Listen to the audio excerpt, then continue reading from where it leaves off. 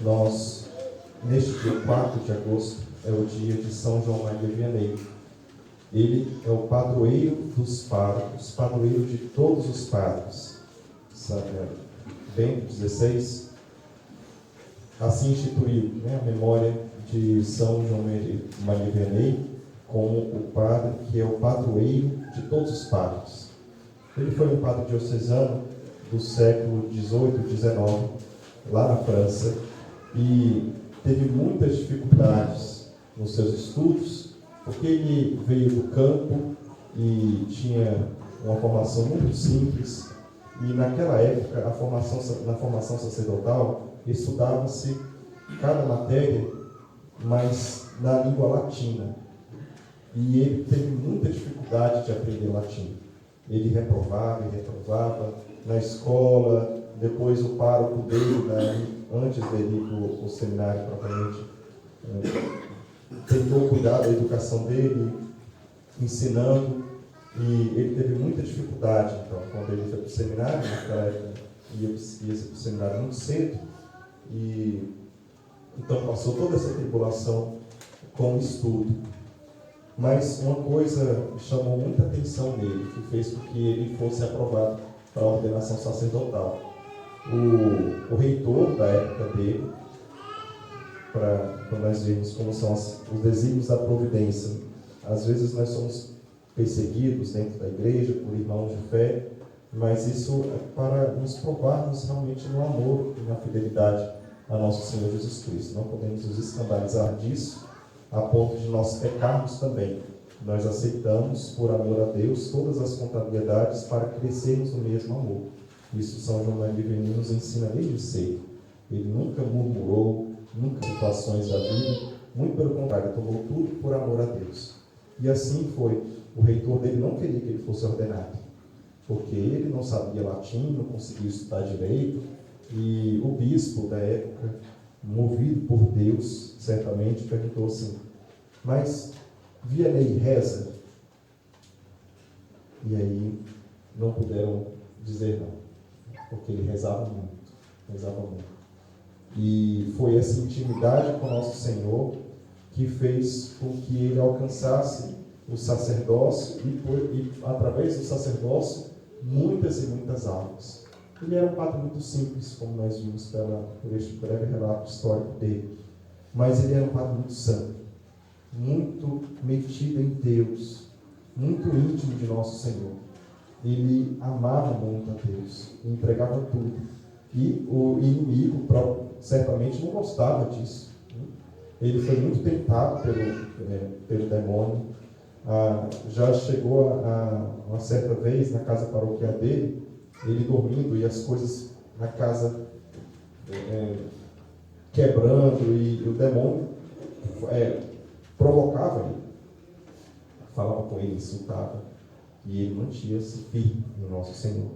Certa vez ele era um padre muito pobre, num casebre, lá na última igreja, na última paróquia da diocese da França, que ninguém queria. O bispo aprovou o seminário, mas conseguiu fazer com que ele fosse lá para a cidadezinha de Ars, que ninguém conhecia, a paróquia que ninguém queria, padre nenhum queria, a paróquia estava lá, abandonada, e ele foi para lá. E aí na casinha paroquial dele, o demônio colocou fogo na cama dele, e foi um fogaréu na casa toda, ele ficou sem casa. E aí Vianney foi. Ele tinha agora me fugiu a memória, tinha um nomezinho que ele meio que escarnecia assim do inimigo, zombava assim também, para diminuir mesmo o inimigo, que não é nada, E aí as pessoas ficavam espantadas, mas ele falava: isso é coisa dele, não importa, E continuava no amor a Deus, crescia no amor a Deus, e penitências e horas de confissão e missas. Como ele fez para o povo voltar para a igreja? Como eu disse, ele chegou a Ars, e por isso ele se chama também cura d'Ars. Cura é padre, Aquele que tem a cura de almas, o padre. Então ele é o cura de Ars, da cidade de Ars, na França, cura d'Ars. Ele chegou na cidadezinha e a igreja estava fechada. A cidade estava mundanizada, bares, bailes, e ele quase pegava um chicote como Jesus no Evangelho e mandava fechar os bailes, via um fiel numa dança, num baile, brigava e mandava voltar para a igreja. Vai rezar, né, meu filho? Mas ele fez algo que na cabeça, talvez da gente, pensasse assim, qual é a eficácia disso? Ele chegou na cidade de As, viu a igreja às traças, abriu a porta da igreja e ia rezar o terço, o rosário, expunha o Santíssimo, ia fazer a adoração com a porta aberta da igreja. E as pessoas passavam, porque tem um padre novo ali, rezando sozinho, aí vinha um, daqui a pouco vinha outro, e as pessoas foram se atraindo. Não por Vianney, ele não tinha nada, mas ele tinha tudo. Ele tinha Jesus. Ele tinha Jesus e dava Jesus. E isso que foi atraindo os corações, foi convertendo o povo. O povo, então, do pecado passou para a graça. E as pessoas foram descobrindo Vianney. E faziam filas e filas, horas e horas de confissão. A igreja ficava abarrotada para se confessar com Vianney. Então, é um homem abrasado por Deus. E é importante nós tomarmos a memória dele hoje, tanto para rezarmos pelos sacerdotes, que são aqueles que dão Cristo para nós, dão Jesus para nós, e o Vianney fez considerações belíssimas sobre o sacerdócio e a Eucaristia. Vale a pena hoje nós vermos um pouco mais de Vianney depois, né? Como São João de Vianney era apaixonado pelo sacerdócio e pela Eucaristia, pela oração, pela penitência. Era um homem realmente que nos enche o coração de vontade de voltar para Deus e de ficar nele e de viver para Ele. Mas gostaria de tomar a memória de Vianney fazendo considerações sobre a Eucaristia, porque nós estamos desde o domingo passado no Evangelho de São João, capítulo 6, onde Jesus fala sobre a Eucaristia, dá sinais eucarísticos para nós. São João, o evangelista, o evangelista quer que nós pensemos na Eucaristia. Domingo passado, nós ouvimos o relato do milagre da multiplicação dos pães. E Jesus tomou os 5 pães e 2 peixes e multiplicou para praticamente 5.000 homens, sem contar mulheres e crianças. Era muita gente e pouco pão. Assim, o Senhor tomou um pouco e fez dele muito e superabundante dom. Tanto é que sobraram 12 cestos cheios, com as migalhas dos pães e dos peixes que sobraram. Jesus tomou pouco e faz esse pouco muito. Faz esse pouco dom. E só que as pessoas, como nós ouvimos no início, Jesus dá uma dura no povo, porque o povo foi atrás de Jesus para quê? Para ter pão e se saciar. Só queriam isso. Só queriam os dons de Deus e não Deus dos dons. Aí está o problema. Vocês vieram aqui, estáis me procurando não porque viste sinais. Que sinais são esses? Sinais de que Jesus é o novo Moisés, porque Moisés deu o maná no deserto para o povo. Jesus é o novo Moisés que dá o pão da vida, o pão descido do céu, este pão que é eterno, não o pão perecível do maná. Jesus, então, por estes sinais, ele fala que é o novo Moisés. Ele fala que é o bom pastor, porque fez o povo sentar na relva, como pastor que apacenta suas ovelhas e conduz aos verdes prados e campinas para alimentar o seu povo, como o pastor alimenta as ovelhas. Jesus é verdadeiramente o sacerdote que oferece o dom, o pouco dom que vem pelas mãos do homem, para dar como dom agradável ao Pai, e este dom se torna grandioso e sagrado. Por isso ele é o sacerdote que oferece o sacrifício, dá graças a Deus, ação de graças, Eucaristia. O povo não estava enxergando esses sinais, só queria comer e se saciar. Na primeira leitura do livro do Êxodo, o povo estava murmurando por conta da provação do deserto. sem entender a vontade de Deus, querer fazer a vontade própria e voltar para o Egito. Egito é terra de escravidão, terra de exílio, terra de vida velha. E eles estavam com saudades da vida velha, com saudades da escravidão, com saudades do exílio. Que loucura! Murmurando.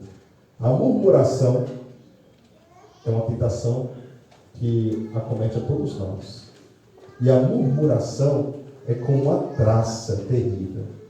Ela vai corroendo a caridade. Então, se você ama o próximo por amor a Deus, mas passa a murmurar, você passa a não mais amar o outro por amor a Deus. Você passa a olhar de maneira diferente. Agora ele é seu rival. Agora ele é aquele de quem você fala mal. E aí você vai murmurando. E você vai ofendendo a Deus. O amor entre os irmãos. Se você murmura contra Deus, pior ainda. Você que via Deus como Pai amoroso, bondoso, agora passa a ver Deus como um carrasco. Como alguém que só está te fazendo sofrer. Como alguém que não te dá as coisas que você quer. No teu tempo, do teu jeito. Isso é muito mal. A murmuração é uma traça terrível. Isso é obra do inimigo. Precisamos renunciar a isso. Mas o que Deus faz? Por sinal, no Antigo Testamento dá o maná. Por realidade, no Novo Testamento dá a Eucaristia. Eu sou o pão da vida. Quem vem a mim não terá mais fome, quem crê em mim nunca mais terá sede. Meu irmão, a tua fome, a tua sede de se saciar e tentar por isso, por vias mundanas, muitas vezes pecaminosas, ou com seus planos de tentar resolver a tua vida, esta fome, esta sede, você sacia em Jesus. Em Jesus. Por isso, quando nós nos confessamos, e nós podemos, no estado de graça, chegar à comunhão eucarística, nós devemos colocar diante de Jesus aquelas fraquezas que nos fizeram cair no pecado. Nós confessamos os pecados, mas fica aquele caminho aberto pela traça. Precisamos pedir a Jesus na Eucaristia que cure isso, que restaure o nosso coração, que cure as nossas feridas, que nos faça mergulhar na vontade de Deus, abandonarmos a nossa vontade na vontade de Deus. Por isso é muito importante que nós valorizemos o momento na missa da comunhão e ação de graças. Se você hoje veio aqui consciente de que Jesus está presente na Eucaristia, de que Ele é um remédio para as tuas fraquezas, para as tuas más inclinações, para que Ele possa te curar dos teus vícios que te levam ao pecado, se você está preparado para isso, para recebê-lo, na hora da comunhão de hoje, coloque diante de Jesus todas as fraquezas do teu coração. Tudo aquilo que já te fez murmurar e ainda te faz tender à murmuração. Coloque diante de Deus a tua vontade de louvá-lo, não porque Ele te dá coisas, porque se Ele não te der coisas, você vai murmurar contra Deus. Louve a Deus por aquilo que Ele é, pelo Deus de bondade que te criou e te ama e te chama à santidade. Jesus, eu te louvo na Eucaristia, porque o Senhor se faz próximo de mim, dentro de mim, unido a mim. A presença eucarística dentro de nós é a presença mais próxima do céu que nós temos nessa terra. Diz São Pedro Júnior Imar que a Eucaristia é a realidade mais bela. Depois dela, só o céu. Só o céu. E São João Maria Reis, Santo de hoje, nos diz: venham para a comunhão, venham para a Eucaristia, venham viver dele, para viver para ele. E o bom Deus, diz Vianney, querendo oferecer-se a nós o sacramento de amor, nos causa um desejo tão grande que só Ele pode satisfazer. Só Jesus. Só Jesus. Vamos então nessa Eucaristia oferecer o nosso coração aberto, chagado, ferido, mas aberto a nosso Senhor. E não obstante as nossas fraquezas, o Senhor fará de nós grandes santos, se nós amarmos muito Jesus, presente na Eucaristia. E vamos louvar a Deus pelo sacerdócio que nos dá a Eucaristia. E na Eucaristia nós temos Jesus. Então amemos os sacerdotes por amor a Jesus. Por amor a Jesus. Meus irmãos, É muito bom ser padre. É uma alegria ser padre. Eu estou comemorando o 2º dia do padre. E eu digo para vocês que é a alegria de todo dia estar aqui no altar da Eucaristia. Eu posso dar algo que não é meu, mas é meu porque Jesus se dá a mim, e dar algo que é dele e é meu para vocês. Isso não tem alegria maior no mundo. É muito bom. Que vocês rezem por nós para que nós nos santifiquemos e nos assemelhemos ao Jesus Santíssimo, tão bondoso, e sejamos realmente aquela realidade que São João Maria Vianney contemplou no sacerdócio. O sacerdote é o amor do coração de Jesus. Todas as vezes que virdes um sacerdote, pensai em nosso Senhor Jesus Cristo. Louvado seja nosso Senhor Jesus Cristo. São João Maria Vianney. Creio em Deus Pai.